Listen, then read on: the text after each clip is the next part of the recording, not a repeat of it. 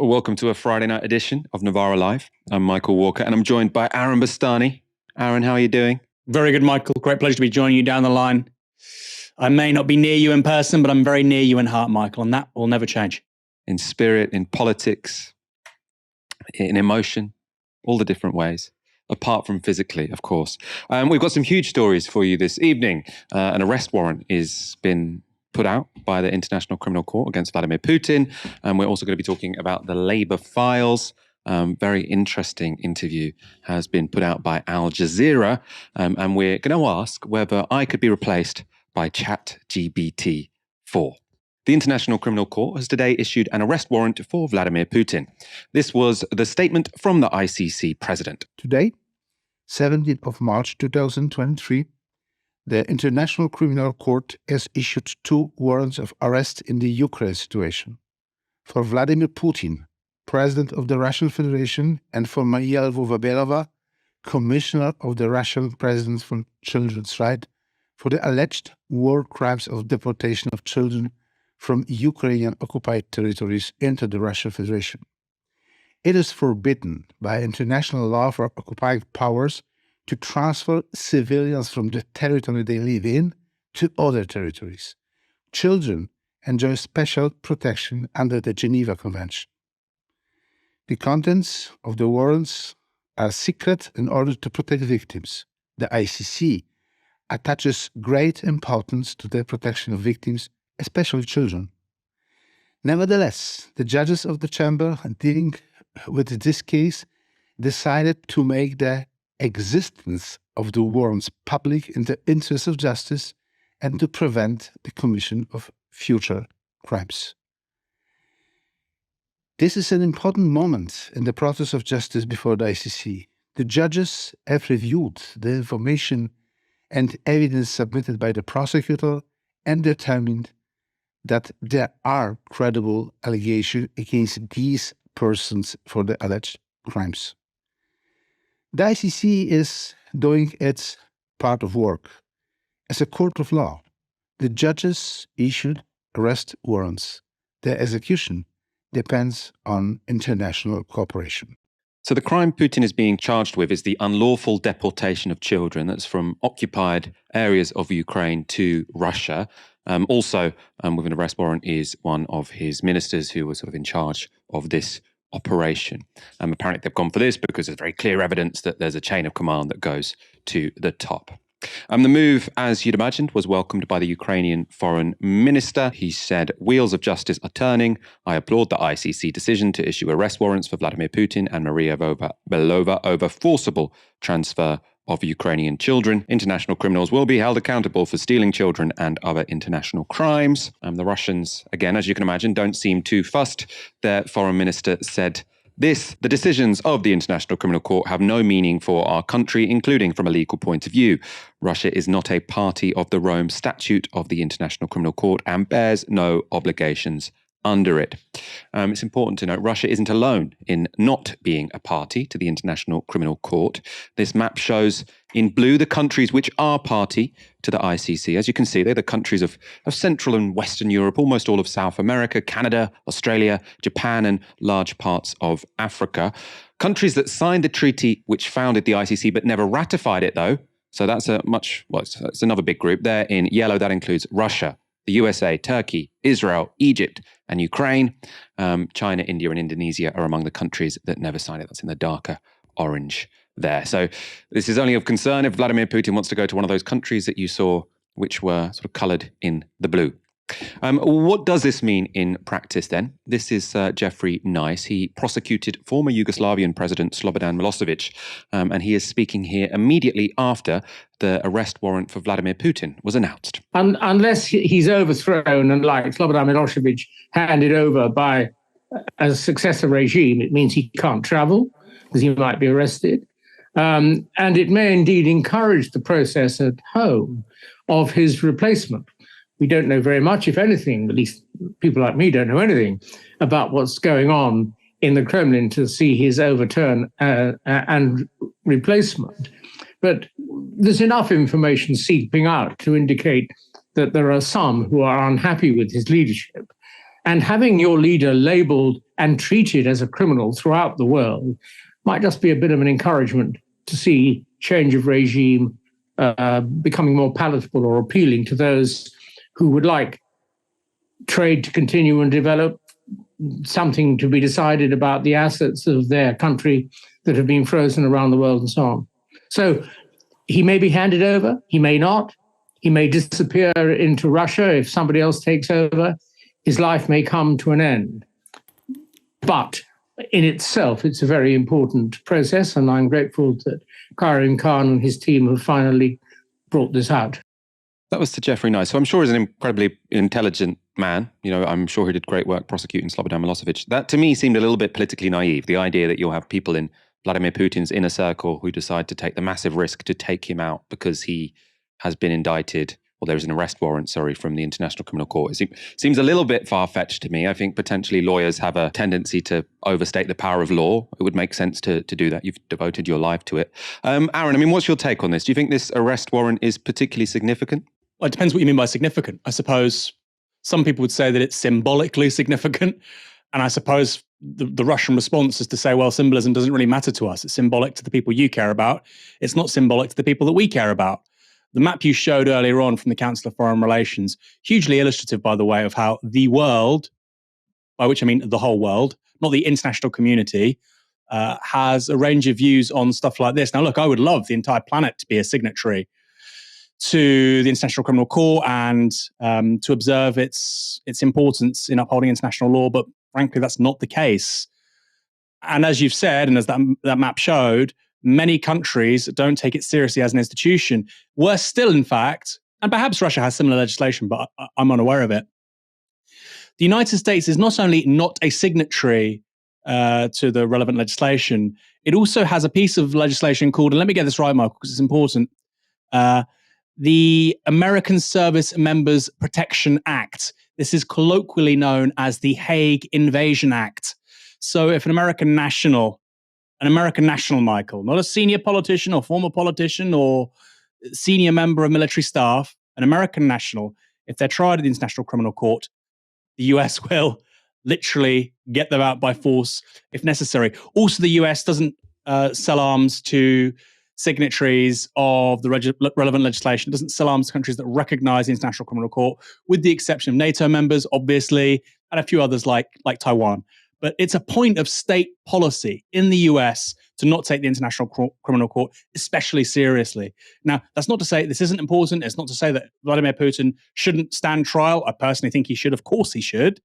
But for those saying, well, this is just hypocrisy from quote unquote the international community, there's more than an ounce of truth to that. I suppose the other argument, the counter argument, is that this can be sort of actively counterproductive, not just, because I suppose there's three takes on this. This really matters, and that's sort of the legal opinion you just heard there from on Sky News from that former judge. Then there's the opinion, fine, it's probably the case that Vladimir Putin has committed war crimes. I mean, I'm of no doubt really that he has. I mean, the war of aggression is the principal war crime, for example, and I think he has committed that. But this sort of prosecution or this arrest warrant from the ICC isn't going to make much difference, either sort of legally in practice or politically in terms of the internal politics of Russia. And then there's a third position, which is that it's worse than impotent. It could be actively counterproductive, because if what we want is to create off-ramps for Vladimir Putin, whereby he can sort of roll back from the brink. I mean, he's already past the brink, hasn't he? But roll back from the next brink, one could say, and sign a peace deal, sort of say, I'm going to pretend to my people that this was a victory, even though I've been defeated, and we'll sort of end the war in some sort of messy ceasefire. If that's our best outcome, does it help that he thinks that if he loses this war and potentially has to be pushed out of power at some point, he could end up on trial in The Hague? So some people say that's going to make him even more belligerent because he doesn't have a way out now. I mean, Aaron, what's your take on that? Well, actually, there is a historic precedent here, Michael, which is Augusto Pinochet, the former dictator of Chile. And in 1980, there was a plebiscite held, which was asking a question: do you want Pinochet to remain as, the supreme leader of the country, so to speak? And a majority of Chileans said no. I think it was about 56, 57, 58% said no. So pretty decisive. And Pinochet stood down, and since then Chile has had democratic elections. He was later arrested in London in, I think, the late 1990s, although he never stood trial. But he was arrested. And this was seen as a real watershed moment because it was the first time that a former international leader, of course, before Milosevic, was arrested for what were perceived as international crimes. Now, I suppose the question is, and this is obviously relevant towards Putin and what next for Russia, would Pinochet have permitted the transition to democracy if he knew that he would stand trial for international crimes, if he knew that he would be arrested while traveling and residing in the United Kingdom in the late 1990s? So, that point about off-ramps isn't purely academic. We've had something similar happen in the past. The incentives for Pinochet to cling on to power until he died would have been far, far higher if he foresaw what would ultimately happen at the end of the 1990s. So it's a really relevant question, Michael. And I really don't like the pushback from some people who say, don't talk about off-ramps. They don't exist. Well, they probably don't exist.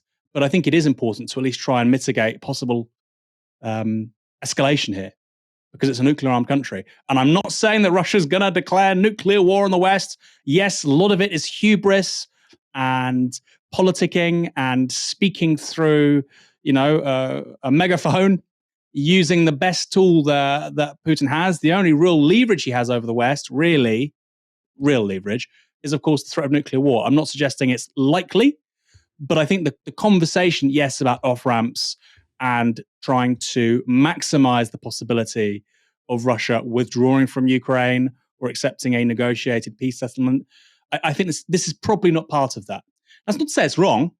Like I said earlier, I totally support the role of the International Criminal Court, despite the hypocrisies from the West. But it could be a factor in how long he stays and whether he clings on to power or not. I think that precedent of Pinochet is hugely, hugely relevant. Another suggestion I've heard made today, sort of on the news in the wake of this announcement, is that the timing is very close to a planned visit by Xi Jinping to Moscow. And there's a suggestion this is to try and put pressure on him not to make closer relationships with Russia. I mean, Aaron, my initial reaction to that is to think, well, one, China isn't a signatory of the ICC. Neither is America, neither is Russia. And China is actually, pretty effective and willing to sort of say, stuff your international community. It's just an imposition of the West anyway. So I imagine, it's not going to be the case that in Beijing they're thinking, oh no, this is awkward. We're going to visit Vladimir Putin just as there's been an arrest warrant from the ICC. Or do you think there might be, will this make it more awkward than it otherwise would have been? No, they couldn't care less, Michael. Let's be honest. I really think the way that China is reported, particularly here in the UK, I can't speak about the US, but the way it's reported is just, it's outlandish. It's outlandish.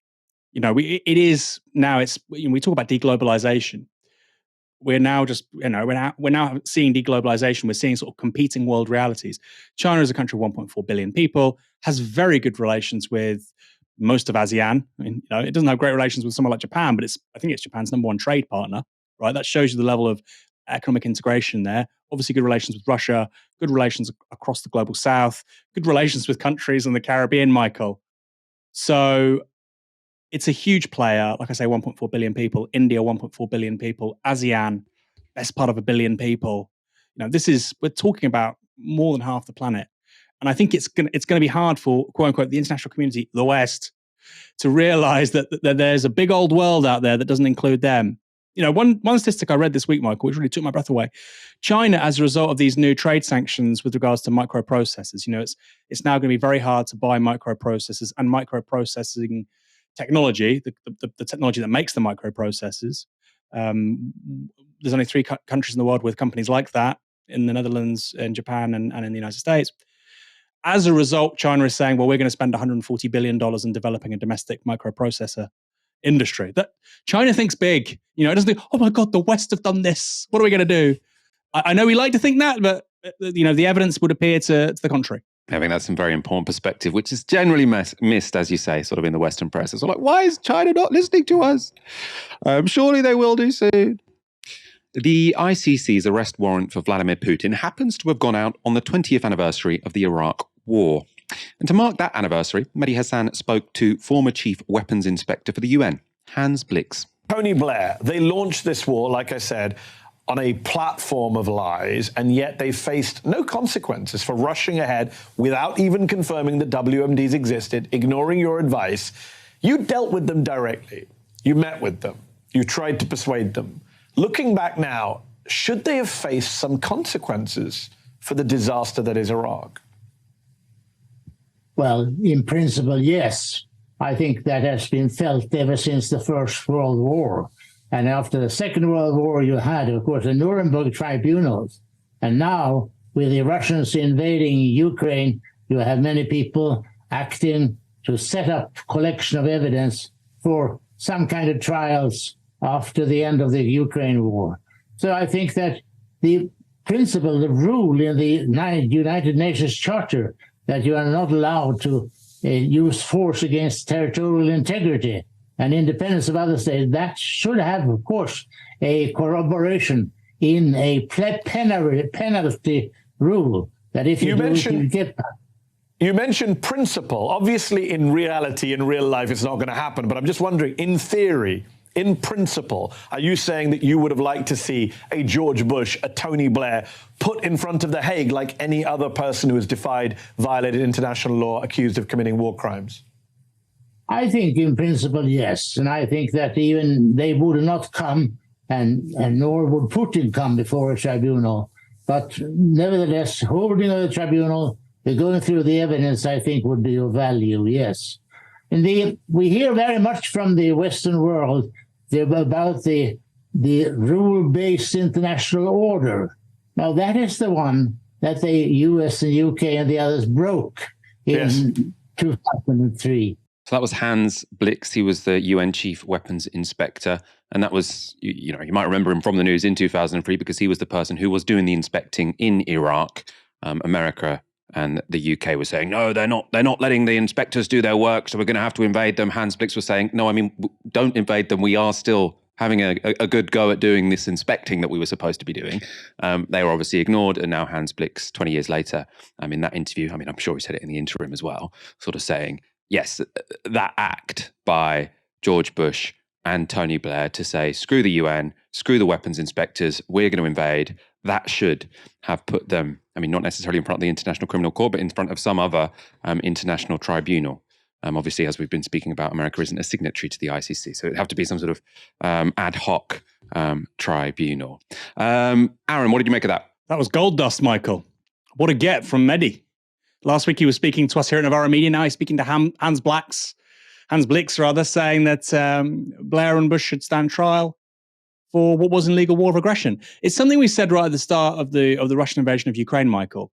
What Russia has done to Ukraine is an illegal war of aggression. It's illegal under international law. Since 1945, it's been called the supreme breach of international law because there is no greater war crime than a war of aggression, which is to infringe and invade the territorial terrain. It's to infringe their territorial sovereignty by armed force, which is what precisely we did in Iraq with the United States. We were not the good guys. And I do find it remarkable. It was the exact same thing. It was the exact same breach of international law that Russia is doing with Ukraine. It's not the same thing because, of course, they're neighboring, there's historic context, which is different, etc. But from an international law perspective, it is the exact same thing. It's the precise same thing. And it is extraordinary that the people flying Ukraine flags and so on, good for them. My wife has a pair of Ukraine socks somebody kindly bought for her. Great. Why do people care so much? Because what's happened is evil, and many people are dying and suffering as a result of an illegal war of aggression. We did the exact same thing in Iraq. We did the precise same thing in Iraq. This is not whataboutery, because we're now talking about 20 years after that invasion. Many, many people died as a result. It's not whataboutery. We've got Alistair Campbell, the comms guru from one of the primary perpetrators, Tony Blair, doing podcasts, saying, on reflection, how do we think about it? Well, let's reflect properly. Let's have your boss have to answer some questions in front of the Hague. That's reflection. And it's important to say, Michael, this is not prejudging anything. The exact same point has been raised with regards to Putin and the ICC. He has clearly questions to answer. Clearly. That's the point of a trial. I'm not saying send Blair to prison, although that may happen, right? Clearly, there are questions to answer in regards to breaches of international law and the war in Iraq. That's what Hans Blix is saying. He's a very eminent man to do so. And by the way, Hans Blix was not some radical. This guy, prior to becoming a diplomat and working for the UN, was a member of the Swedish Liberal Party. He wasn't even a social democrat, let alone, somebody on the left. So this is sensible, moderate politics to say that, yes, guess what? The whole point of international law is that it applies to everyone. It's not just a cudgel with which the West can beat other people, other lesser countries. By the way, it can't even get the big boys like China and Russia. It's just small fry, like Slobodan Milosevic or Saddam Hussein. Let's be real. That's what it is. I would like it not to be that, but that's what it is. And it's not just Hans Blix who said this at the time in the early 2000s. Kofi Annan, who was the UN Secretary General, said this was an illegal war of aggression. This is nothing new.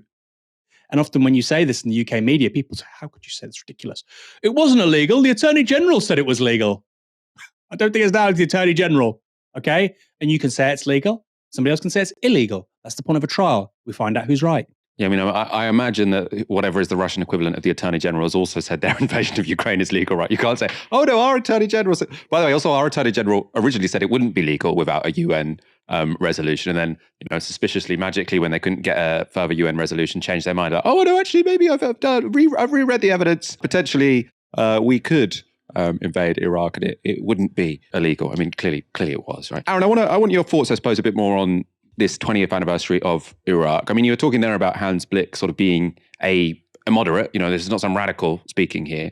And I suppose, I think a somewhat related point is you hear, like I've actually, for my sins, I've listened to the first half of this Alistair Campbell podcast where he's talking about the Iraq War. What he's always says, you've got to put yourself in our shoes, right? You've got to put yourself in our shoes. There was a real heightened security threat. We really felt like Saddam had done all this. And it's easy to say in hindsight, et cetera, that we shouldn't have invaded them. What had Saddam done? Will you talk about gassing the Kurds sort of 20 years previously, et cetera? But Michael, this, absolutely true. There was a heightened sense of security threat after 9/11. And then we invaded the most secular regime in the Arab world. You fucking idiot, Alistair. Do you really believe that after 20 years? I don't think you do. Because you're not an idiot. You're a smart man. Well, the other thing he says is, the point I was going to make, I agree with you there, is that he's sort of saying, you've got to put ourselves in our shoes. It's easy to say with retrospect, et cetera, et cetera.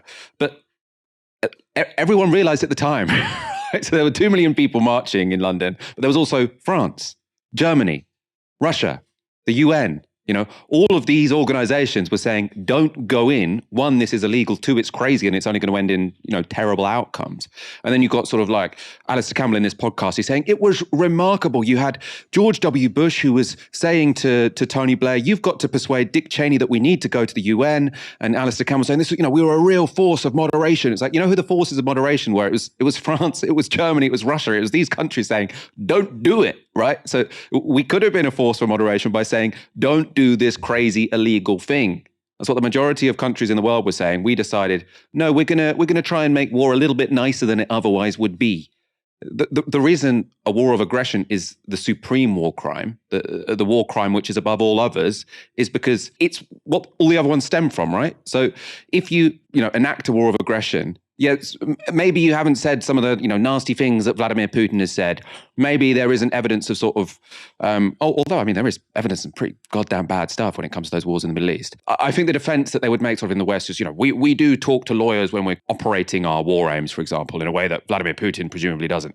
But if you've overthrown a sovereign leader, if you've done regime change, if you've invaded a country, with no justification in a legal way, and chaos ensues, then you can't say, oh, we were well-intentioned when millions of people die because you completely disrupt and break down the social order of an entire region of the world.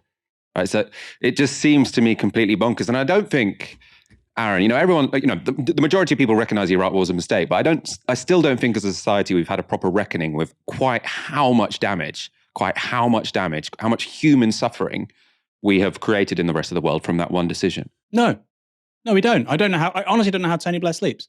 People talk about Short Start. We create the conditions for ISIS to emerge. What the hell are you talking about? That's not flippant, by the way. And if you're neoconservative and you're on the right, we also, Britain and the United States also put Iranian influence in Iraq on steroids. There is no argument for it. I think about some of the people you just mentioned there, Michael. There were voices arguing against war at the time. The French foreign minister was Dominique de Villepin, very slick, very dapper. he argued against, well, he's not a left-winger, centre-right politics. Chirac was a centre-right president. It wasn't some anti-Walker. It wasn't Jean-Luc Mélenchon. And de Villepin argued against it, and now he owns like a business. He owns like a clothes shop with his son. Compare that to Blair, Michael. This foaming at the mouth warmonger who won't disappear from public life. He still has to be on TV every week. ID cards. Corbyn has to go. COVID. With his diktats and his consultancy fees from Kazakhstan to the Arabian Gulf. Give me Dominic de Villepin any day. Don't agree with him on much. I'm sure he's a conservative, but he took the right principled decision in the early 2000s, and now he's just retired from public life and he has a nice little shop with his son. I think his daughter. Good for him. That's a normal human being, not Tony Blair, a megalomaniac, who, by the way, somehow still is a point of reference for progressives in this country. Progressive. I like Tony Blair. You're progressive? Okay. I think it says something about the political sickness in this country that means actually we can't really address major problems going forward. Because our points of reference in recent past, from Blair to Thatcher, were causes of chaos in many ways. Many, many ways. In May 2020, following outrage at the contents of the Labour leaks, Keir Starmer commissioned the barrister Martin Forde to conduct an inquiry into the party. A little over 2 years later, that report was released, and it was damning. Martin Forde outlined how factionalism had inhibited the handling of anti-Semitism complaints in Labour. He suggested that within the party there operated a hierarchy of racism, and he suggested that tackling racism towards black and brown people was too often seen as a low priority. It was a well-researched report, but it was pretty much ignored by the mainstream media and the Labour Party itself. And Martin Forde has now spoken to Al Jazeera about his disappointment. Forde examined hostile WhatsApp messages between senior staff about Diane Abbott, a member of Parliament and an ally of former Labour leader Jeremy Corbyn. She literally makes me sick. Abbott is truly repulsive. There's no doubt that there were comments made within the WhatsApp group which were racist. I talk in terms of Diane Abbott and a visceral disgust. Forde felt this reflected a broader problem in the party. There were a number of submissions I received from party members suggesting that they did feel that the party had wider issues with their approach to racial discrimination. Quite a high proportion of black and Asian councillors or prospective MPs felt they'd been subjected to disciplinary action, which had been deliberately timed to exclude them from qualifying processes or selection. In his report, published in July 2022, Forde made 165 recommendations. He was surprised to have heard almost nothing from the party since. I've had very limited communication with the General Secretary, David Evans, but that was really housekeeping. I have spoken to a caucus of black Labour Party MPs in the House of Commons. Other than that, I've not spoken to anybody within the party machinery. My slight anxiety is in terms of the perception of a hierarchy and genuine underlying concerns about the wider racial issues, that it's not, in my view, a sufficient response to say that was then, this is now. These are serious debates that need to be had in a respectful context, and I just feel there's work to be done. Really, I mean, I was kind of stunned by that. You know, you've asked someone, a very eminent person, to do this report. You've said, we want this to be serious. You know, Keir Starmer at the time saying, we don't want this to be a whitewash. It gets published. It says some awkward things for the faction that's now dominating the Labour Party, because it said some bad things about the right wingers. You know, it didn't say that the left managed the Labour Party in this spectacular way, but it was very damning as well about the faction which is currently in charge of Labour. And Keir Starmer has just ignored it. You know, no contact. So a few formalities from the General Secretary. One meeting with black MPs. You know, no one that was, only the black MPs cared about this report, apparently. No one else thought that it was, you know, even worth reading or commenting on at all. Just been completely buried. I mean, Aaron, what do you make of that? Well, this whole saga, and it's actually one of the takeaways from me with Labour after 2015, is that very few people in public life, and maybe this applies just beyond the UK, but I can certainly say about the UK, Very few people in public life, and I mean politicians, I mean journalists, people that want to be politicians, who are often journalists, care about the truth, care about the facts. There was a bandwagon to arrive at a certain conclusion. Jeremy Corbyn's racist, the left is racist, the Labour membership is appalling, bad people, etc., etc. That was a freight train that continued for several years. Then there was a document which was released, it was leaked. By the way, Martin Forde has explicitly said he thinks there's nothing wrong with that document, although it was, poo-pooed by corporate media. We broke that story here at Novara Media about the Labour leaks, which is why we have the Forde report in the first place. The Forde report is then written in response to this leaked document, which reveals these appalling things. And if it wasn't for Novara Media, Michael, nobody else would have broken that story. Nobody. They don't care about the truth. They don't care about the facts. They don't. They just don't. So for people watching this, our audience, who are under the illusion that people in public life care about the truth, open your eyes. They do not care about the truth. Clearly, everybody that cares about the truth cares about the facts. And by the way, this was clearly a huge mistake to appoint Martin Forde KC, because he does. Would say this is unacceptable. And actually, some of the assumptions and conclusions we arrived at from 2015 to 2019 actually, lots of that wasn't right. Maybe lots of that was wrong. But the media and the permanent political class made their decision on this story, and no amount of information that will disprove it or discredit it will now change their minds. Utterly extraordinary. And I think for Martin Forde as well, you think you're a professional, you're a King's Counsel, and you give this hours and hours and hours and hours of your life, I don't know what he was paid. Was it the normal rates and so on? But there's an opportunity cost there for him, right? And it's gone nowhere. The Labour Party doesn't care. Media doesn't seem to care. And the National Executive Committee, Labour NEC, was asking for updates on this report for months and months and months and months. Starmer supporters on the NEC, which by the way includes people like GMB, Unison, union people think they're on the soft left. Sorry, you can't see it. Why? Well, can't see it. Well, we know why they couldn't see it. It's because it gave us the facts. It gave us the truth, which is actually a lot of stuff in the leaked document was correct. Labour has huge problems, and a lot of that isn't just on the left. So yeah, lots of people in public life don't really care about the truth, don't care about honesty. That's why good journalism matters so much, Michael. And if nothing else, that's what Novara Media stands for. So you mentioned there sort of like the media not covering this, and that came out in this interview as well, because as Forde explains, none of them wanted to speak to him. Since July last year, how many media outlets have approached you? I think I was approached by one on the day of publication, but they candidly accepted that they hadn't actually read the report. And I suggested they might want to do that first, and they didn't come back to me. Is that it? That's it, yeah. So no one was interested. I have to admit, Aaron, when I first saw that, I was like, oh, we covered this a lot, but I never actually thought to invite Martin Forde on, because I assumed he wouldn't. I thought after writing this report, he's not going to come talk to Novara Media, but it's probably worth a try, isn't it? Absolutely, we're going to make an approach. He's spoken also to, I think, Middle East Eye. So he's clearly quite open to discussing the report. And why shouldn't he be? As I've said, he's given this a lot of time and thought and effort. And clearly the Labour Party are not interested. Clearly the media's not interested.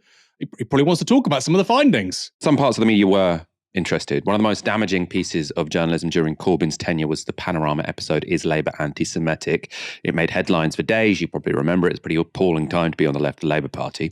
In his report, though, Forde referred to the programme as an example of misleading media coverage of Labour and anti-Semitism. Now, as I say, this did upset some people in the media, this conclusion. And in the Al Jazeera interview, Forde revealed how the journalists involved in that Panorama documentary responded. The document I'm holding is an email from Karen Whiteman, who's the editor of Panorama. I would be grateful if you would consider amending your report in respect of your references to Panorama so that it more fairly reflects what the programme actually said. I also received emails from John Ware, who was the lead reporter for that documentary. John Ware's email said, "Your report has done significant damage to my reputation and to that of the Corporation for Journalistic Integrity. May I ask you to respond by 4 p.m. tomorrow, 11th of October. I was a little taken aback. The tone was rather like a letter before action that, I might see in litigation. I just came in with a completely open mind, which I'm sure Mr. Ware would say he did too. And he went where his evidence took him. And that's what journalists do. I felt I had a fuller picture because I interviewed not only some of the participants in the programme, but I also interviewed those who hadn't participated in the programme from the alternative faction, as they're often seen. And I would like to think that as I've been a barrister now, I think I'm in my 38th year, that I would have a degree of forensic skill and an ability to try and assess credibility and consistency, because that's what lawyers look for. The main email used by Panorama featured in the Labour files. It was sent by the party's Director of Communications, Seamus Milne, to Labour's disciplinary unit. Panorama claimed it revealed interference by the leadership in the disciplinary process. Milne's deputy, James Snyder, described how the email referred to a specific case and had been heavily edited. It reads, "This member is a Jewish activist, the son of a Holocaust survivor. If we're more than very occasionally using disciplinary action against Jewish members for anti-Semitism, something's going wrong, and we're muddling up political disputes with racism. Quite apart from this specific case, I think going forward, we need to review where and how we're drawing the line if we're going to have clear and defensible processes." So how this is used is just the red bit. So these 10 words. I felt vindicated because you demonstrated graphically that it had been filleted. And I think the filleting meant the context was lost and a more sinister interpretation could be placed upon that email than was ever intended. Forde refused to alter the wording of his report. I couldn't go so far as to say that this was deliberate. It just seemed to me to be objectively entirely misleading to have that partial quote. You know, you can really see this guy as a KC, right? Because there are lots of people who, lots of activists, sort of small left Twitter accounts who ended up getting in trouble with John Ware because what they did was they sort of imputed motives. They sort of suggested this was John Ware trying to bring down the Labour Party or the Labour left, etc. And as Martin Forde there says, whatever your suspicions, we don't have proof of that. And, it's if someone is fairly litigious, you don't want to say things without having proper evidence. But what he's very confident he can say is that the outcome here was misleading. Whatever the motives, the outcome was misleading. He's a KC, he knows the law. And when he got that letter, which, many people would have interpreted as threatening. I know John Ware has said he didn't intend it in a threatening way, but many people would interpret that as threatening. He had the confidence in the law to say, no, I'm not changing the report, actually. In my view, it was entirely misleading and that's going to stay there. Aaron, what do you make of that revelation? I think this is the first we'd heard of those emails from John Ware and the producer of Panorama. Huge. Well, it's a subtext to the entire story. Of course, we talked about the sort of media treatment of the Corbyn years and how they're not really interested in the truth and the facts and so on. But the BBC Panorama documentary wasn't just about a certain faction of the Labour Party bashing another faction. It was a decisive political intervention by a quote-unquote public service broadcaster. And as Forde himself has said, he thinks he got to the facts in a better way than Panorama did. And I think that's indisputable. He spoke to a wider range of people. And I think they arrived at a more accurate conclusion because they were more forensic and they tried harder. Just a fact.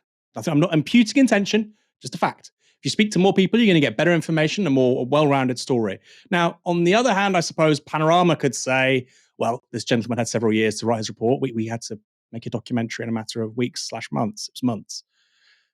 Well, unless you can be fully confident about the truth of what you're publishing, particularly in the year of a general election, about somebody who may be the prime minister, unless you can be entirely confident, then you shouldn't publish it. So I'd be interested in hearing what John Ware has to say. Actually, I think, no, we have a better assessment of the facts than the Forde report. Maybe he thinks that. Interesting to hear his arguments as to why. And it's also important to say two things here, Michael. Novara Media, when we've run pieces talking about Panorama, talking about John Ware, we've had so many communications from him. I don't want to go into detail about them, but we have.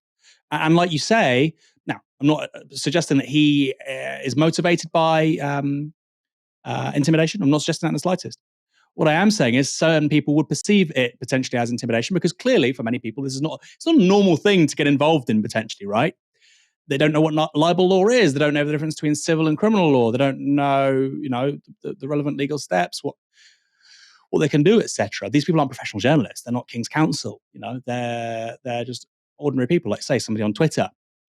And we stood our ground as well, and we published the piece. I think John Ware would say, in relation to the saying Martin Forde spoke to more people, I think Panorama said we did ask to speak to the other faction, but they didn't want to speak to us, I think, because they were suspicious it would be a complete hit job, and they didn't really want to sort of have their side giving the quotes, because they didn't have any trust in sort of the process by which the documentary would be made. You can say that was a good decision or a bad decision, but I imagine that's what they say. Confusingly, I find it odd, John Ware, because at the end of this Al Jazeera interview with Martin Forde, they have sort of the statements from John Ware, and one of them he says, so that email which was suggested there, which, Martin Forde clearly thinks is entirely misleading, and from that explanation from James Schneider, it seems entirely misleading. John Ware says, if you see the full email, full email, it's no one would doubt the interpretation I had. Now, I'm not sure if he's published this full email. It's very difficult for me to see from the parts of the email that we've seen how his presentation was not entirely misleading. And obviously Martin Forde agrees. And I think most people watching this, having seen what were the parts of the email that appeared in the Is Labour Anti-Semitic documentary, and what was the rest of it? I mean, it seems to me pretty cut and dry that was misleading.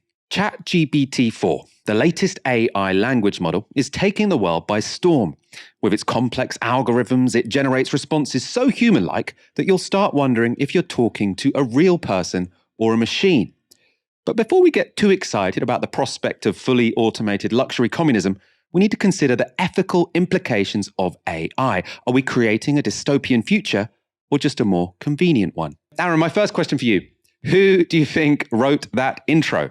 Michael Walker. It wasn't me. It wasn't Stephen, our very talented researcher. It was ChatGPT-4. So the instruction I gave it was to write an intro to a Novara video in the style of Michael Walker, and please make a joke about fully automated luxury communism.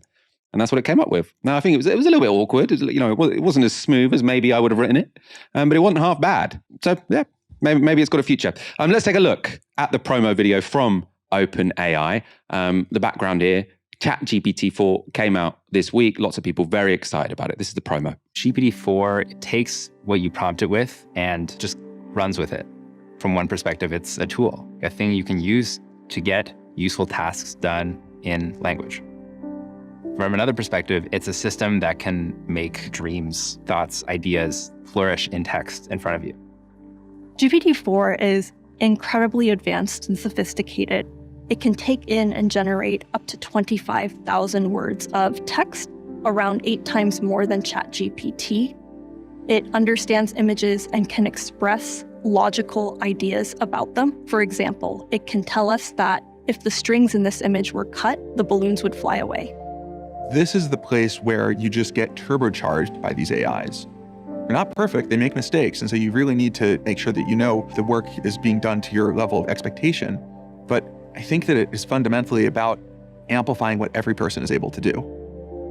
GPT-4 training finished last August, and everything that's been happening in the past few months up until we've released it has been a giant sprint to make it safer, more aligned, and also more useful. We have put in already a lot of internal guardrails around things like adversarial usage, unwanted content, and privacy concerns. And when we release a model, we know things are not done. We know we have to learn. We know we have to update. We know we have to keep improving all the systems around it to make it suitable for society. To me, the most compelling use cases of these technologies will come from starting with a real human need. The obvious one where these systems have really incredible potential is in education. GPT-4 can teach a huge range of subjects. Imagine giving a 5th grader a personal math tutor with unlimited time and patience. It's a great tool to bring learning to everyone in a way that is personalized to their skill level.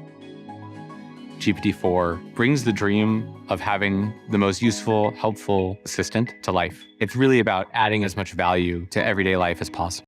So that's the team at OpenAI, sort of explanation of ChatGPT-4. As the author of Fully Automated Luxury Communism, Aaron, this is more your beat than it is mine. How big a deal is the release of ChatGPT-4? Well, not that big a deal. I mean, what it does is it's a major moment. ChatGPT has clearly been a major moment in the unfolding story of what is machine learning. What is machine learning and why is it different from other forms of automation? Well, I did a TikTok about this and didn't do particularly well because it was posted by one of our colleagues from Australia, which isn't good. And so we didn't hit the TikTok algorithm. But machine learning basically is when you give a computer massive amounts of data and it has to fulfill a certain task and it looks for patterns. Let me give you an example. A self-driving car is about machine learning. You have a car, it's a computer on wheels, it has vision, and basically it's inputted with huge amounts of data about the kinds of things that cars do. How do you respond to this particular road, obstacles, et cetera, et cetera, et cetera. So there's almost like a more general kind of intelligence going on with machine learning.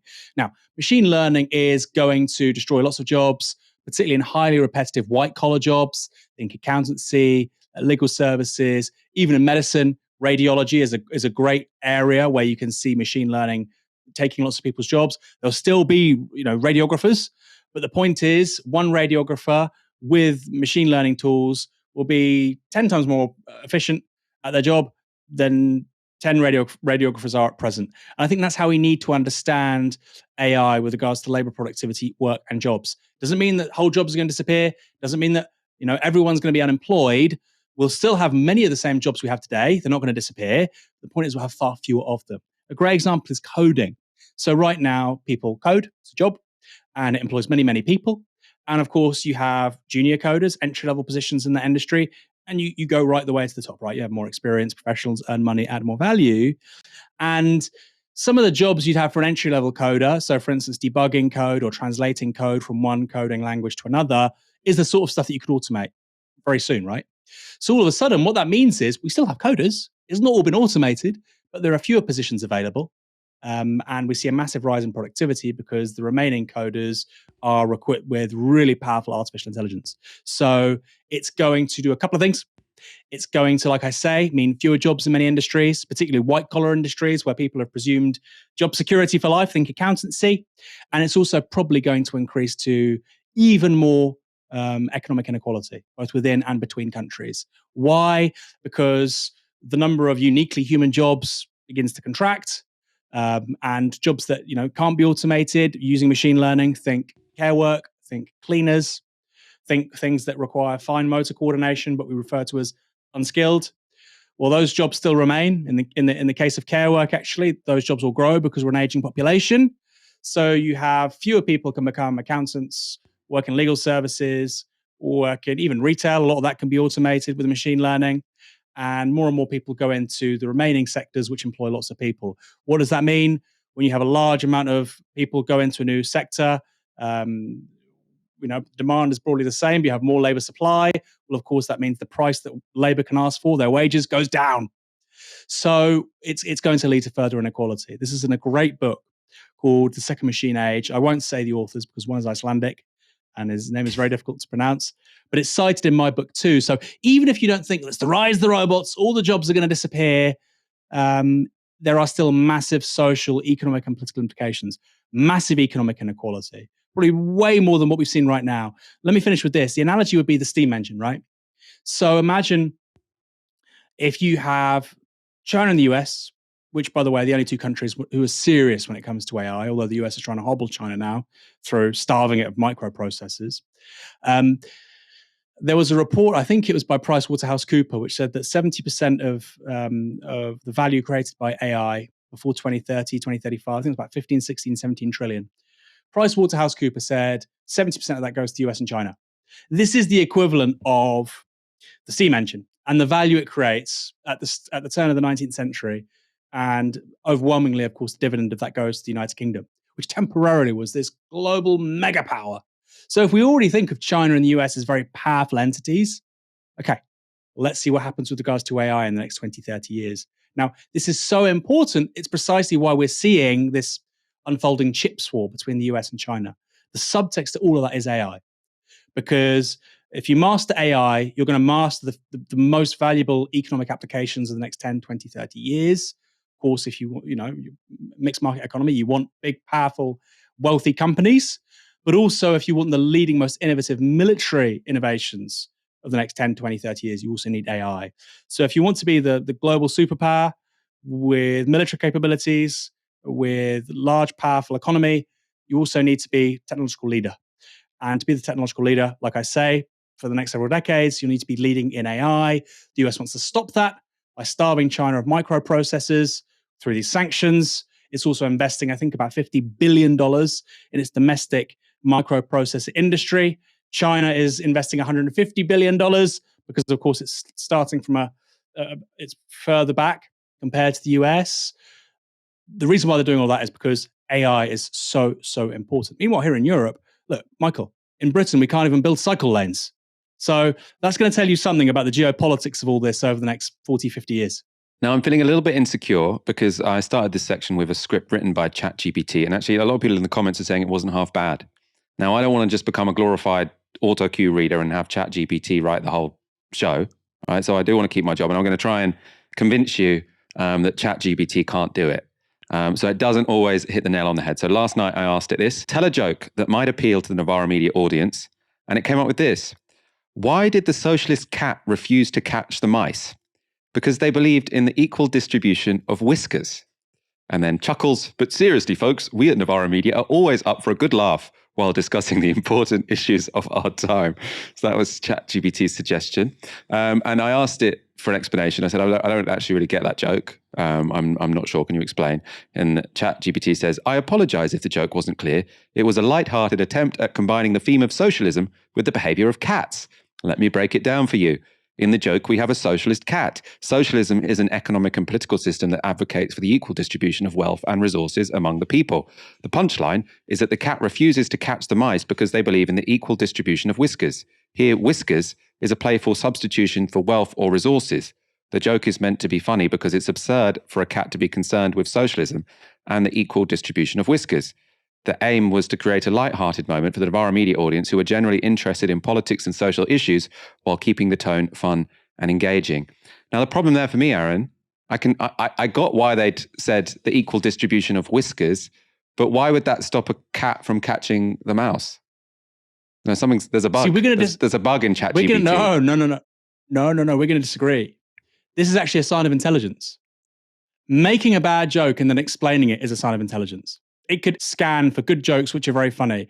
Making a very poor joke on the basis of data you've inputted and then explaining what the joke actually means is very, very smart. I know this sounds dumb, but it's true. There was a photo, probably people are familiar with this. There's a meme of breaded chicken nuggets, and it's like a map of the world. And it's like, oh, the world is so beautiful.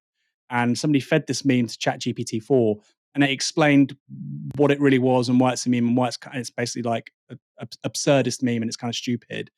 The idea that you almost engage in the explanation and understanding of something which is absurd, wow, Michael, for a machine to be doing that's really, really incredible.